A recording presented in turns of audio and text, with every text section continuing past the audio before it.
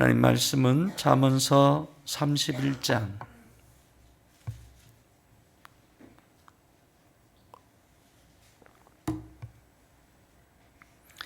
잠언서 31장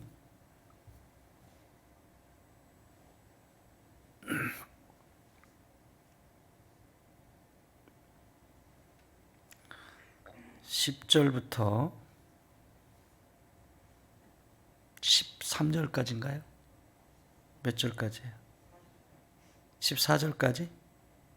사실은 이 뒤에 전부 다 긴데 어쨌든 14절까지 읽어봅시다. 시작. 누가 현숙한 여인을 찾아 얻겠느냐? 그의 값은 진주보다 더하니라. 그런 자가 남편의 마음은 그를 믿나니 사람이 핍절하지 아니하며 그런 자는 살아있는 동안에 그의 남편에게 선을 행하고 악을 행하지 아니하느니라. 그는 양털과 삼을 고하여 부지런히 손으로 일하며 상인의 배와 같아서 먼 데서 양식을 가져오며.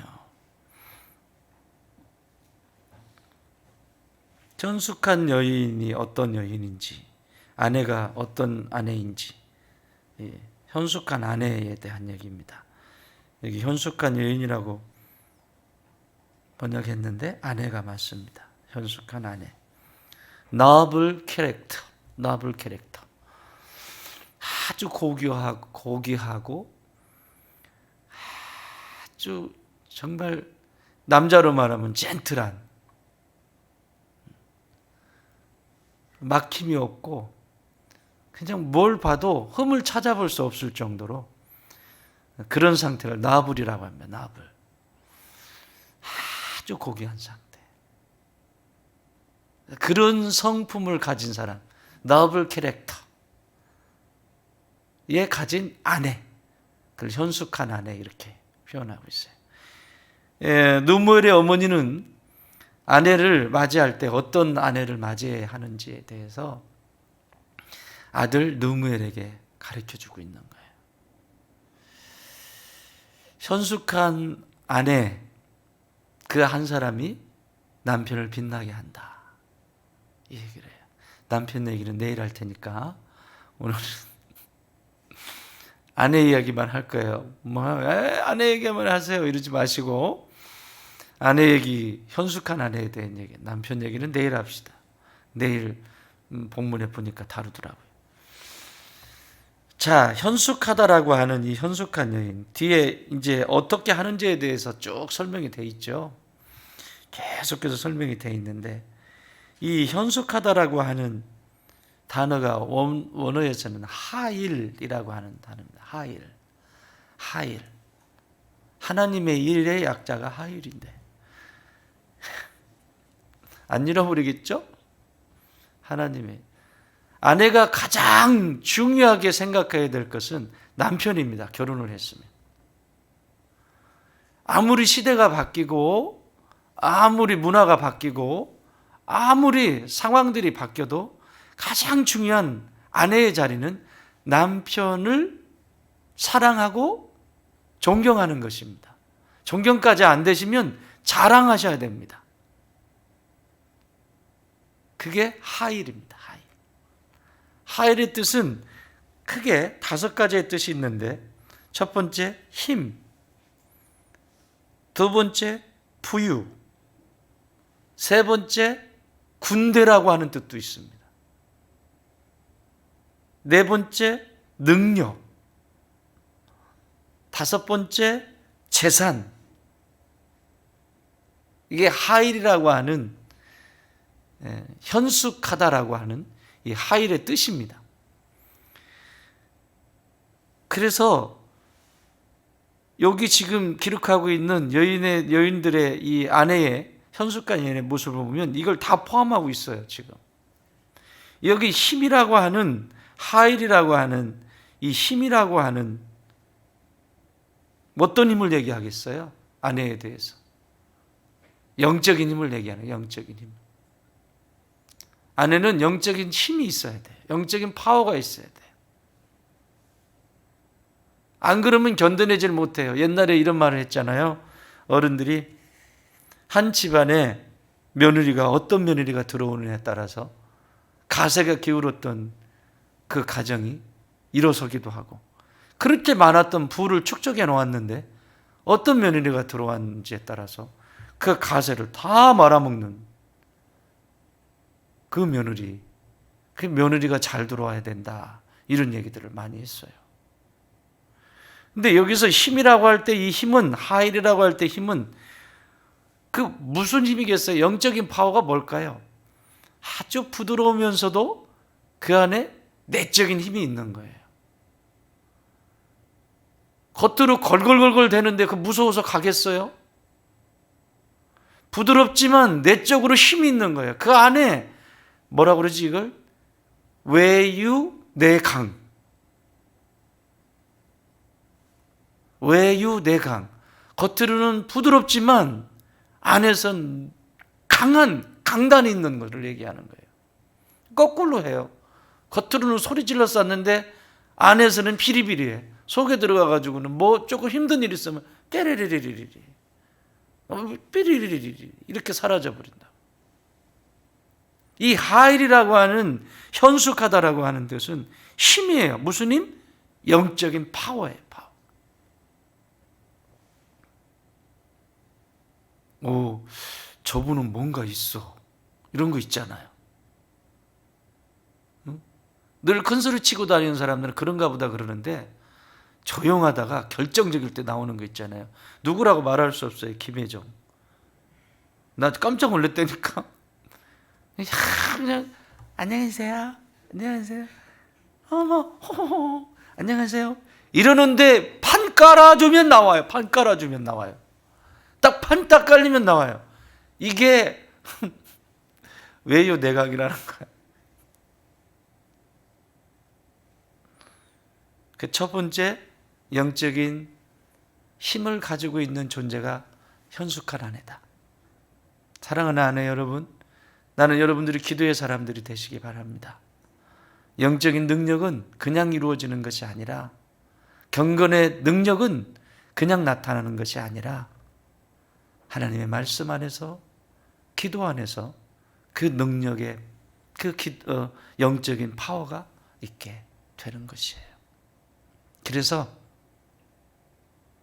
이게 깊어지면 이제 사건들이 터지잖아요. 인생에 삶 속에서 문제가 터지면 올 게 왔구나 하고 또 무릎 꿇어요. 성장하면 성장할수록 시험 보는 과목도 많아지고 시험의 그 수준도 높아지잖아요. 우리의 영적인 여정도 똑같아요. 성장하면 성장할수록 수준이 달라져야 되죠. 10년 전에 했던 시험을 또 보려고 그러면 되겠어요?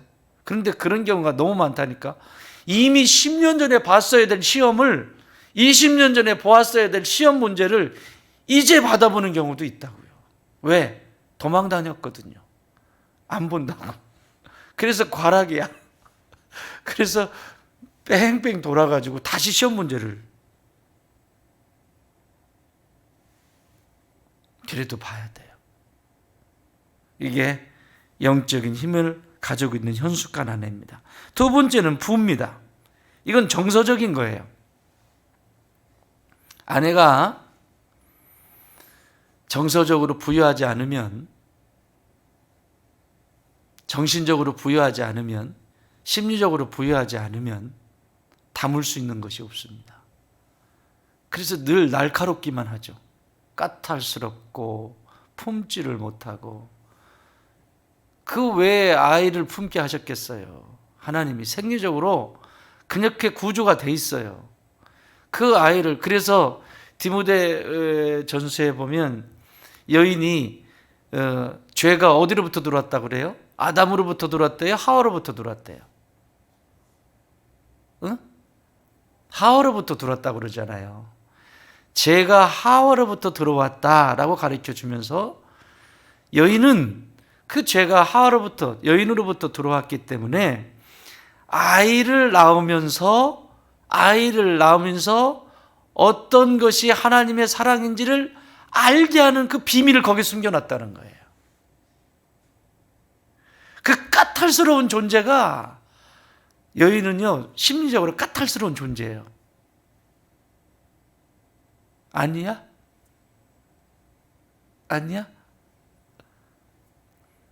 왜 여인의 마음은 갈대와 같다라는 말이 왜 나왔겠어요?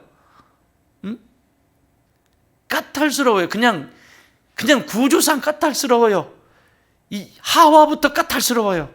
그러니까 하나님이 그 하와에게 아이 낳는 고통을 통해서 구원을 이룬다라고 기록되어 있다고.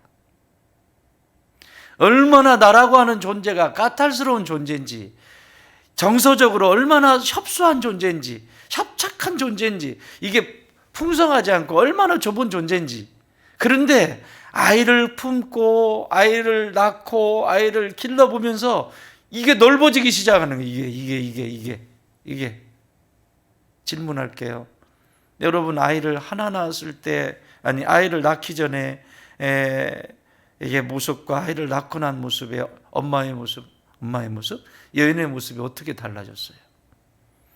만약에 여러분들이 아이를 안 낳고 그냥 한 여인으로서만 살았다고 그러면 어떤 일이 났을 것 같아요? 벌써 못 살았어요. 사실 애 보고 내가 살지 이렇게 얘기들 하지만, 사실은요 그 애 보고 사는 게 아니라요, 그 아이를 낳으면서 하나님이 이미 공부를 시켰다니까요. 형제님들은 기다려, 내일 할 거니까. 자기들은 괜찮은 줄 아는데 그렇게 하셨어요, 구조상으로. 그러면 겸손한 아내들은 어떻게 할까요? 아이고, 내가 까탈스러운 존재지. 그러면 남편이 그렇게 얘기하면 금방 풀어지잖아요. 여보, 내가 참 까탈스러운 존재지? 미안해. 그러면 아니요, 괜찮요, 이리 와봐. 그리고 등 한번 두드려주면 끝날 거를, 그냥 까탈스러운 것을 그냥 음식 만드는데도 들그락들그락하고 그냥 탁 던지고 그냥 나 화났다, 나 지금 이걸 자꾸 보여줘야 되겠냐. 웃음소리는 뭐지? 어디서 하는 거냐? 안 돼요. 이 하일이라고 하는, 현숙한다고 하는 이 단어는 정서적으로 부유한 상태를 얘기해요. 그래서 마음이 넓은 부유한 아내를 얘기합니다. 이렇게 마음이 넓은, 뭐든지 널찍한, 여러분들처럼. 찔리겠네. 넓은,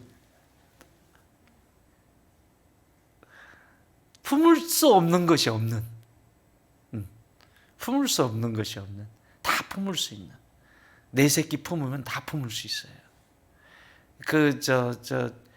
참 축복이지.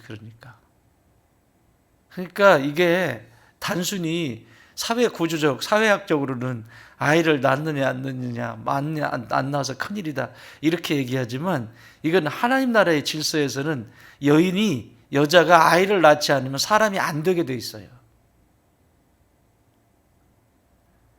사람이 안 되게 돼 있다고, 낳지 않으면. 곰하고 호랑이가 마늘과 쑥 먹어야 사람 된다고 했듯이, 여인이 아이를 낳지 않으면 영적인 세계에서는 하나님의 사람으로서 건강하게 성장하는데 굉장히 어려움이 있어요. 특별한 경우가 있다고 그러잖아, 하나님이. 응? 특별한 경우, 정말 특별한 경우, 평생을 하나님이 받으시기로 결정한, 하나님과 결혼한 특별한 경우가 있다니까. 남자도 특별한 경우가 있다니까. 근데 이런 문제 때문에 결혼하기 싫어가지고 안 해가지고 하는 것은, 이것은 언젠가는 문제가 생겨요. 사건 사고가 얼마나 많이 일어납니까? 세 번째는 군대라고 하는 의미가 있어요. 이 현숙하다라고 하는 아이. 무슨 군대일까요? 아내는 어떤 역할을 해야 돼? 영적 싸움을 해주셔야 돼요. 그렇죠? 가족들의 영적인 여정을 위해서 영적 싸움을 해주셔야 돼요. 우리 믿음의 선조들은 가장 먼저 복음이 남자들에게 많이 들어간 게 아니라 억울하고 힘든 우리 여인들에게 복음이 먼저 들어갔어요. 소외되고 한글도 깨우치지 못해서 힘들어했던 저희 어머니도 예배당에서 교회에서 한글을 깨우치셨거든요. 그러니까 한글을 깨우치지 못하고 글을 읽지 못하는 그 문맹에 성경을 통해서 한글을 깨우치고 말씀을 통해서 그렇게 개화가 되는 거죠. 개화. 그래서 이화 학당이잖아요. 이화. 개화가 되는 거거든요. 그 여인들의 그 생각들이 깨어나고 눈이 열리기 시작하고 사회에도 이제 지도층에도 들어가서 일을 할 수 있게 되고. 그런데 가정에 아내에게 복음이 들어갔고 그 예수님을 만나고 나서 아내는 날마다 새벽마다 웁니다. 남들이 다 자는 시간에 일어나서 그 새벽에 옵니다. 내 아이를 위하여, 내 남편을 위하여. 또 가난하니까 얼마나 술을 많이 먹고 노름도 많이 하고. 지금하고는 또 다른 그런 세상 아닙니까? 지금 같았으면 벌써 나갔을 거야. 집 나가지. 난 너하고 못 산다 그러고 뛰쳐나갔지. 여러분들 빼놓고. 그런데 그걸 끌어안고 기도하잖아요. 제가 얘기했잖아요. 제가 교육전사 인턴 때 그때는 그분이 집사님이셨어요. 하나님 얼마나 사랑하는지 몰라요. 근데 남편이 무슨 일을 하시는 분이었냐면 벽에 이거 돌 붙이는, 건물 지으면 돌 붙이는 거 있잖아요. 그 기술을 가지고 계신 분이에요. 그러니까 어쨌든 힘든 일을 하시잖아요. 이분은 하나님 너무 사랑하니까 주일 예배는 기본이고 수요일 새벽 금요일 기도회 모든 예배 가운데 또 교회에 또 일 있을 때마다 나와서 같이 전도도 하고 이렇게 하시는 분인데, 이야, 수요예배를 드리는데 누가 문을 확 열고 이름을 부르면서, 그 집사님 이름을 부르면서 나와! 목사님 저기 설교하고 계신데 내가 뒤에 있으니까 무슨 일이시냐고, 술 잔뜩 취해가지고 막 소리 지르는 거예요. 소리 지르. 당신이 뭔데 나서서 그러냐고. 예, 이 교회 전도사입니다. 아, 저리 비켜. 그러니까 그 집사님이 자기 남편 소리인 것을 듣고 뛰쳐나가셨어요. 나중에 얘기를 들었죠. 집에는 갔는데 나오기 전에 얼마나 살림살이도 잘하시는지 깨끗하게 치우고 깨끗하게 정리해놓고 손 하나 대지 않고 밥상도 깨끗하게 해서 딱 덮어서 놓고 남편 올 시간 돼서 이걸요 여기 상 밑에다가 다리를 넣어가지고요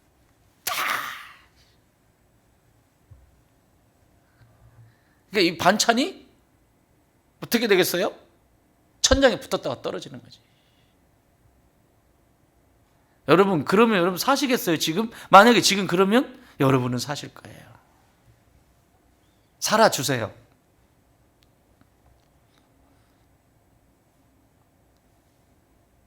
그걸 다 치우고 또 다시 밥을 해서, 그리고 또 새벽에 와서 또 기도. 맨날 기도해.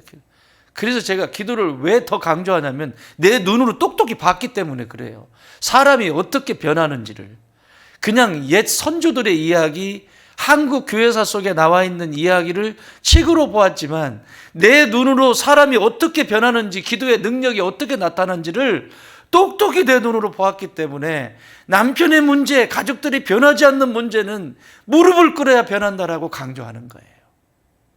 이분이요. 그리고 막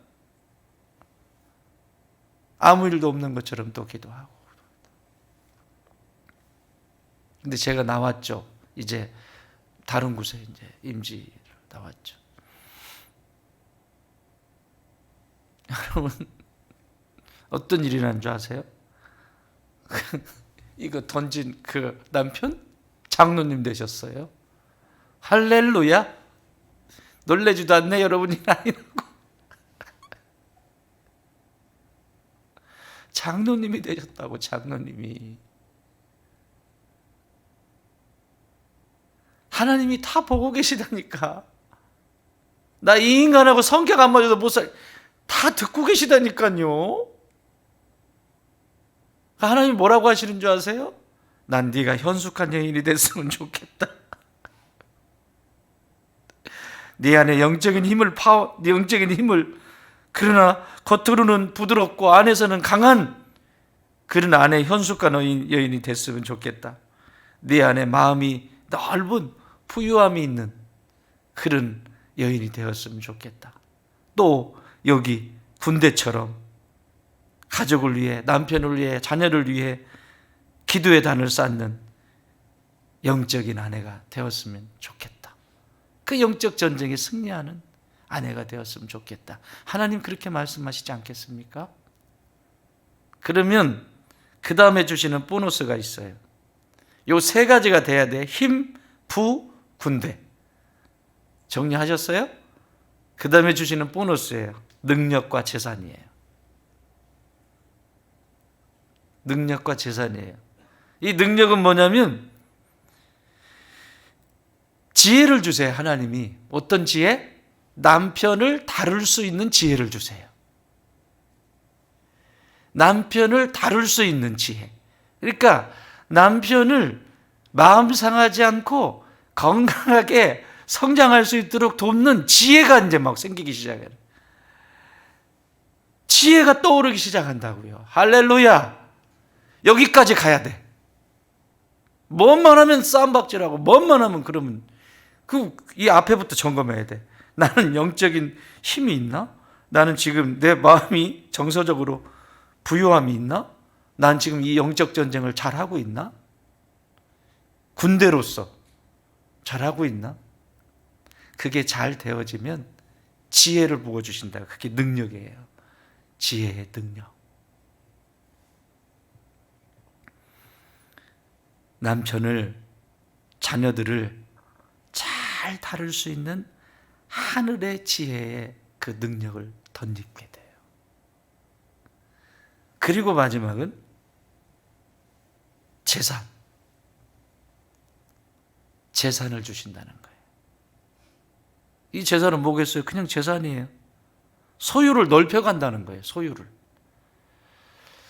1,000원을 벌어와도 그 1,000원짜리 한 장 가지고 소유를 넓혀가요.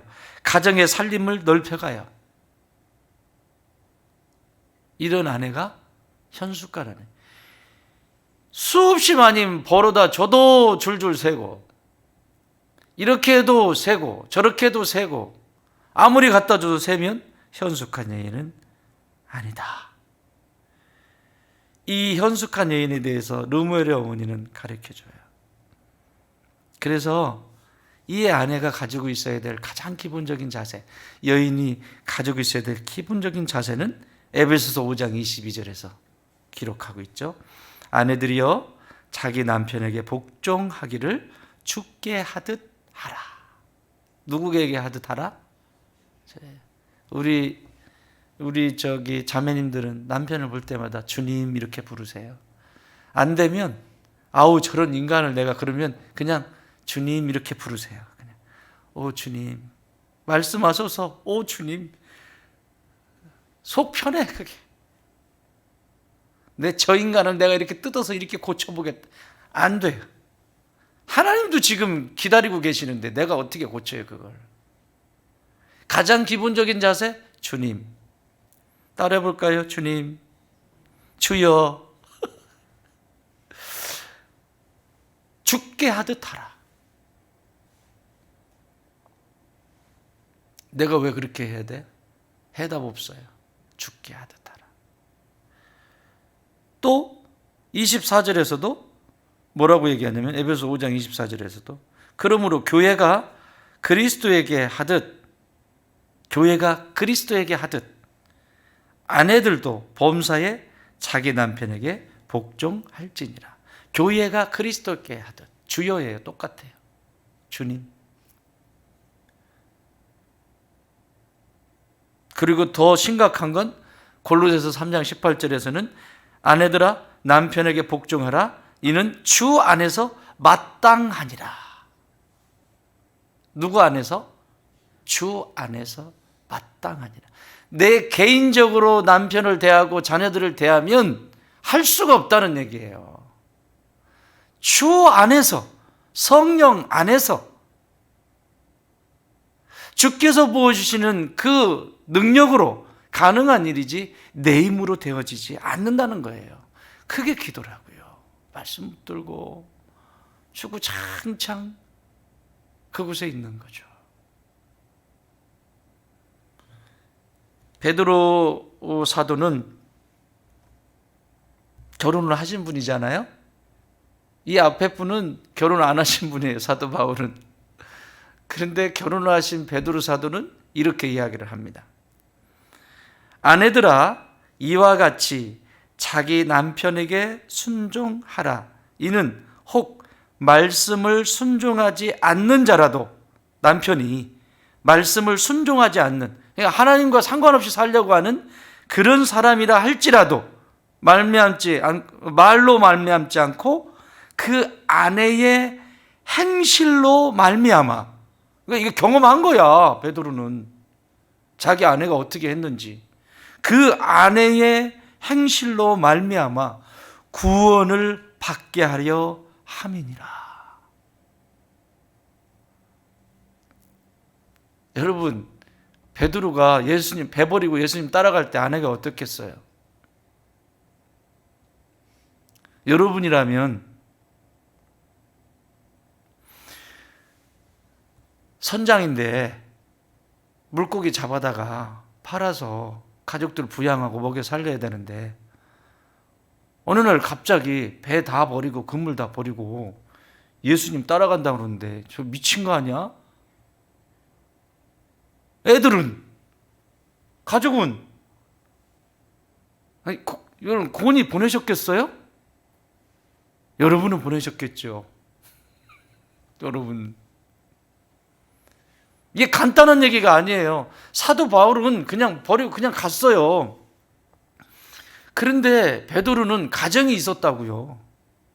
그런데 예수님을 따라가겠다고 모든 삶의 자리를 포기하고 따라갔어요. 로마 캐토릭이 진짜 그 최초의 사제, 교황을 삼으려면 바울을 삼아야 돼요. 그렇지 않아요? 바울을 삼아야 장가 안 가는 게 맞는데 왜 베드로를 삼았는지 모르겠어요. 그러니까 거짓말 자꾸 하지. 베드로는 장가를 안 갔다고 그러고 성경에 똑똑히 써 있는데.